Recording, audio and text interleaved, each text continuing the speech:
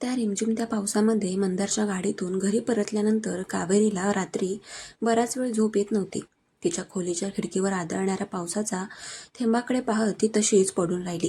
तिच्या कानामध्ये अजूनही मंदारने स्टुडिओमध्ये गायलेल्या गाण्याचे सूर आणि त्याने अतिशय प्रांजळपणे व्यक्त केलेल्या भावना रेंगाळत होत्या. कावेरी स्वभावाने खूप प्रॅक्टिकल होती. तिने आजवर आयुष्यात भावनांपेक्षा कर्तव्याला आणि कामाला जास्त महत्त्व दिले होते. पण मंदारसारखा एक अत्यंत लोकप्रिय आणि ग्लॅमरस रॉकस्टार तिच्या साधेपणाच्या प्रेमात पडू शकतो, या विचारानेच तिच्या पोटामध्ये एक हलकीशी फुलपाखरे उडल्याचा भास होत होता. तिने स्वतःला समजावले की घाई करून चालणार नाही. हे नाते जितके हळूवार पुढे जाईल तितकेच ते जास्त टिकेल.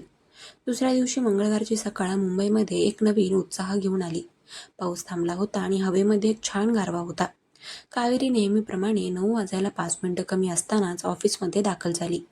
आज तिने हलक्या जांभळ्या रंगाचा कॉटनचा कुर्ता आणि पांढरी सलवार घातली होती. तिचे केस नेहमीप्रमाणे पाठीवर मोकळे होते आणि चेहऱ्यावर एक ताजेतवाने हसू होते.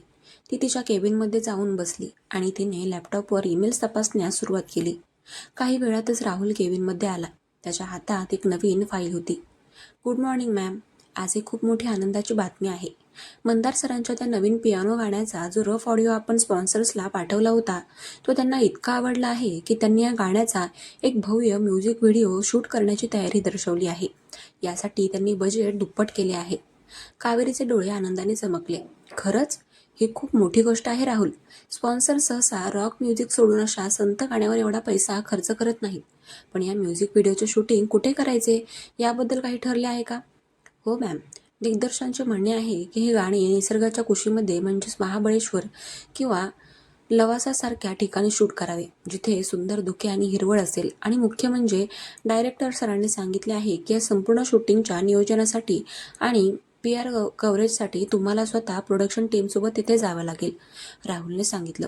कावेरीने विचार केला की महाबळेश्वरला जाणे म्हणजे पुन्हा एकदा मंदारसोबत काही दिवस घालवण्याची संधी मिळणे. तिच्या मनामध्ये एकाच वेळी आनंद आणि थोडी धाकधूक निर्माण झाली. ती काही बोलणार तितक्यात केबिनच्या दरवाजावर 2 वेळा हलकी नॉक झाली. तिने पाहिले तर मंदार तिथे उभा होता. आज त्याने हिरव्या रंगाचा शर्ट आणि काळी जीन्स घातली होती. त्याच्या हातामध्ये नेहमीप्रमाणेच 2 कॉफीचे कप होते. Good morning Kaveri ma'am. आज मी पुन्हा एकदा वेळेवर आलोय, मंदारने हसून आत येत म्हटले. त्याने एक कप कॉफीचा तिच्या टेबलवर ठेवला. कावेरी खुर्चीवरून उठली आणि तिने कॉफीचा कप हातात घेतला. Good morning Mandar. वा, आता तर तुमची ही वेळेवर येण्याची सवय पाहून मलाच नवल वाटायला लागले आहे. राहुलने मला आत्ताच म्युझिक व्हिडिओबद्दल सांगितले. अभिनंदन. तुमचे गाणे स्पॉन्सर्सना खूप आवडले आहे. मंदार समोरच्या खुर्चीवर बसला आणि त्याने कावेरीच्या डोळ्यांमध्ये पाहिले. थँक्स कावेरी, पण मला स्पॉन्सरपेक्षा तुमचे मत जास्त महत्त्वाचे होते, जे मला आधीच मिळाले आहे. दिग्दर्शकांचे म्हणणे आहे की आपण उद्याच महाबळेश्वरला निघायचे आहे. 3 दिवसांचे शूटिंग शेड्यूल आहे. तुम्ही यायला हवे माझ्यासोबत. कावेरीने कॉफीचा घोट घेतला. हो, डायरेक्टर सरांचा तसा आदेशच आहे. कंपनीच्या हितासाठी मला यावंच लागेल. फक्त कंपनीच्या हितासाठी? मंदारने एक भुवई उंचावून अतिशय नैसर्गिक आणि खोडकर स्वरामध्ये विचारले. कावेरी थोडी गोंधळली. तिने चष्मा नाकावर नीट केला आणि म्हणाली, मंदार, जास्त आगाऊपणा करू नका. मी तिथे काम करायला येते, फिरायला नाही. आणि हो, तिथे शूटिंग दरम्यान मला खूप मीडिया कव्हरेज असणार आहे, त्यामुळे तुम्हाला शिस्तीमध्ये राहावे लागेल. मी पूर्णपणे तुमच्या नियंत्रणात असेल मॅनेजर मॅडम. तुम्ही सांगाल तसे मी वागेन. मंदारने दोन्ही हात हवेमध्ये सरेंडर करून होण्याचा अभिनय केला. त्याच्या या वागण्यावर कावेरीला आपले हसू आवरता आले नाही. त्यांच्यातील तो सुरुवातीचा कडकपणा आता पूर्णपणे संपून एका अत्यंत सुंदर सहज नात्यामध्ये बदलला होता. दुसऱ्या दिवशी सकाळी 6 वाजता संपूर्ण प्रोडक्शन टीम, दिग्दर्शक, कॅमेरामॅन आणि कावेरी मंदार महाबळेश्वरच्या दिशेने रवाना झाले. प्रवासासाठी मंदारने त्याची गाडी स्वतः ड्राईव्ह केली आणि कावेरी नेहमीप्रमाणे त्याच्या शेजारच्या सीटवर बसली होती. मुंबई सोडल्यानंतर जशी गाडी खंडाळ्याच्या घाटामध्ये आली तसे निसर्गाचे रूप बदलू लागले. आजूबाजूला हिरवेगार डोंगर, लहानसहान धबधबे आणि रस्त्यावर पसरलेले पांढरेशुभ्र धुके पाहून कावेरीचे मन प्रसन्न झाले. तिने गाडीची काच खाली केली आणि थंड हवेचा एक मोठा श्वास घेतला. खूप सुंदर आहे ना हे सगळं? मंदारने विचारलं. हो, खूपच. मुंबईच्या त्या सिमेंटच्या जंगलातून बाहेर पडल्यावर हा निसर्ग मनाला खूप शांतता देतोय, कावेरी बाहेर पाहत म्हणाली. तिच्या चेहऱ्यावर येणारे धुक्याचे थेंब आणि वाऱ्याने उडणारे केस मंदार चोरून पाहत होता. त्याला जाणवलं की निसर्गाच्या या सौंदर्यापेक्षा त्याच्या शेजारी बसलेल्या मुलीचे साधेपण त्याला जास्त आकर्षित करत होते. त्यानंतर गाडी वाई आणि महाबळेश्वरच्या घाटांमधून वर चढू लागली.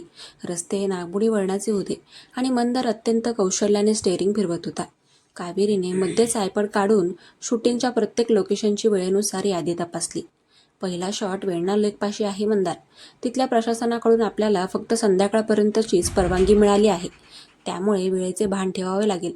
जर तिकडे लेट झाला तर दुसरा शॉट धुके असताना घेता येणार नाही. कावेरीने अधिकृत आवाजामध्ये म्हटले. कावेरी, मी आधीच म्हणालो होतो की या दौऱ्यामध्ये वेळेचा कोणताही अपव्यय माझ्याकडून होणार नाही. तू फक्त कॅमेऱ्याच्या मागे उभी राहून लक्ष ठेव. मंदार हसून म्हणाला. दुपारच्या सुमारास ते महाबळेश्वरच्या एका अतिशय सुंदर निसर्गरम्य रिसॉर्टमध्ये पोहोचले.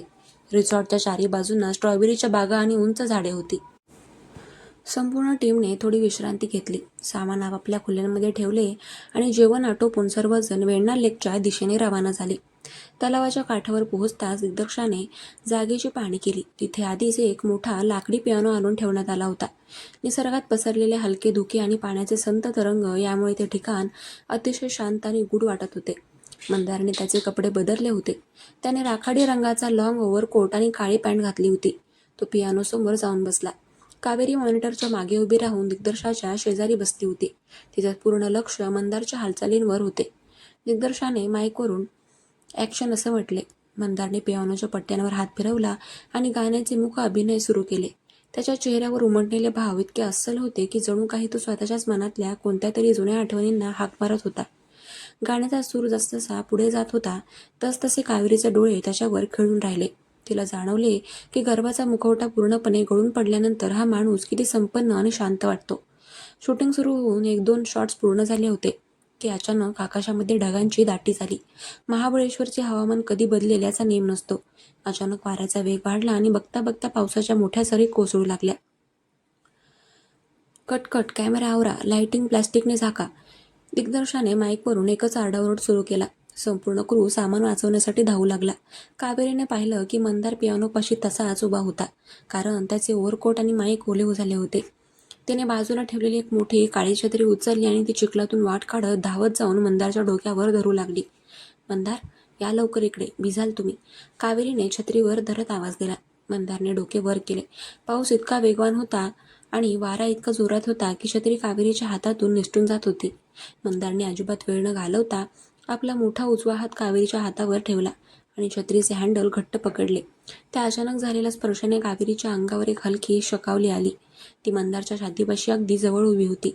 दोघांचेही खांदे एकमेकांना स्पर्श करत होते. कावेरी, आपण तिथे समोरील लाकडी कॉटेजच्या आडोशाला जाऊया. इथे उभं राहणं शक्य नाही. खूप वारा आहे. मंदारने तिच्या कानाजवळ येऊन हळू आवाजात सांगितले. त्याचा उष्ण श्वास तिच्या गालाला स्पर्श करून गेला, ज्यामुळे तिचे हृदय वेगाने धडधडू लागले. दोघे धावतच तलावाच्या काठावर असलेल्या एका लहान रिकाम्या लाकडी कॉटेजच्या व्हरांड्यामध्ये आले. तो व्हरांडा जुना आणि लाकडी खांबावर उभा होता. पाऊस आता रौद्र रूपामध्ये कोसळत होता.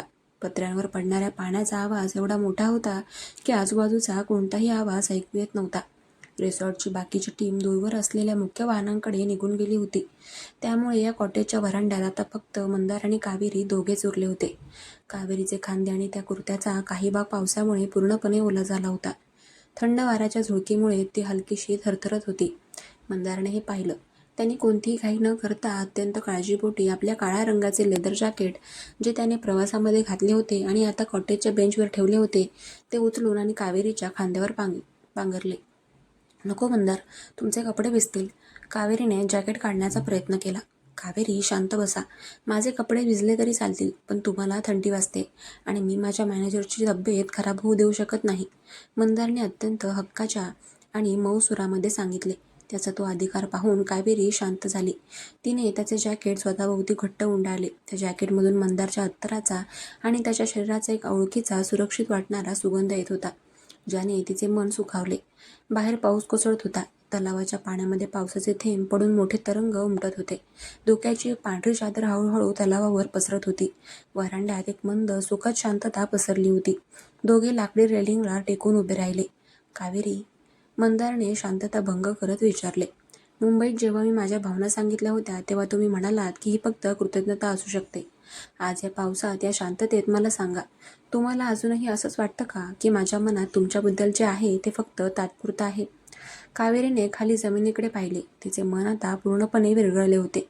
तिने आजवर स्वतःच्या भावनांवर घातलेले सगळे निर्बंध, ऑफिसचे नियम आणि प्रॅक्टिकल विचारांच्या भिंती या महाबळेश्वरच्या धुक्यामध्ये कुठेतरी हरवून गेल्या होत्या. तिने हळूच आपले डोके वर केले आणि चष्म्यामधून वंदरच्या डोळ्यांमध्ये पाहिले. त्या डोळ्यांमध्ये तिला स्वतःसाठी अथांग प्रेम, आदर आणि प्रामाणिकपणा दिसला. नाही मंदार, कावेरीचा आवाज अत्यंत हळूवार आणि नैसर्गिक होता. सुरुवातीला मला वाटायचं की तुम्ही खूप गर्विष्ठ आहात, पण ज्या प्रकारे तुम्ही स्वतःला बदलले, माझ्या मताचा आदर केला आणि प्रत्येक कठीण प्रसंगात माझ्या पाठीशी उभे राहिलात, त्यानंतर मला कळाले की तुमचं मन किती साफ आहे. मला माहिती नाही की हे नक्की कधी आणि कसं झालं, पण आता मलाही तुमच्याशिवाय ऑफिस आणि माझं आयुष्य अपूर्ण वाटतं. मंदारच्या चेहऱ्यावर जणू जगातील सर्वात मोठे सुख मिळाल्याचे भाव उमटले. त्याने हळूच आपला हात पुढे केला आणि कावेरीचा उजवा हात आपल्या हातामध्ये घेतला. तिची बोटे खूप थंड होती. मंदारने आपल्या हाताच्या उभेने ती उबदार केली. यावेळी कावेरीने तिचा हात मागे घेतला नाही. तिने मंदारच्या हाताची पकड घट्ट केली. त्या लाकडी कॉटेजच्या व्हरांड्यात महाबळेश्वरच्या मुसळधार पावसात कोणताही मोठा बॉलिवूड ड्रामाशिवाय अत्यंत साध्या, नैसर्गिक आणि खऱ्या संवादातून दोन जीवांनी एकमेकांच्या प्रेमाचा स्वीकार केला होता. कथेमध्ये सुरुवातीला असलेली ती तगडी दुश्मनी आता पूर्णपणे नाहीशी होऊन तिथे एका अत्यंत पवित्र आणि हळूवार प्रेमाचा उगम झाला होता. प्रवास अजून संपला नव्हता, पण या 8व्या भागाने त्यांच्या आयुष्याला एक सर्वात सुंदर आणि सुरक्षित वळण दिले होते.